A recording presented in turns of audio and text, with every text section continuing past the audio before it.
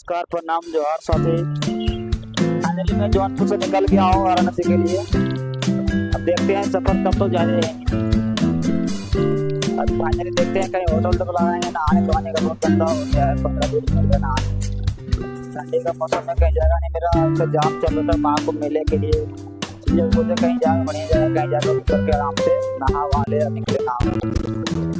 चल रहे हैं पूरा, जाते जाते सफर कटेंगे, देखते हैं कब तक पहुँचते हैं। कहीं होटल देख कर रुकते हैं। खाना वाना तो हो गया, अब नहाना धोने बाकी, थोड़ा गाड़ी की सफाई कर ले करना ज़्यादा।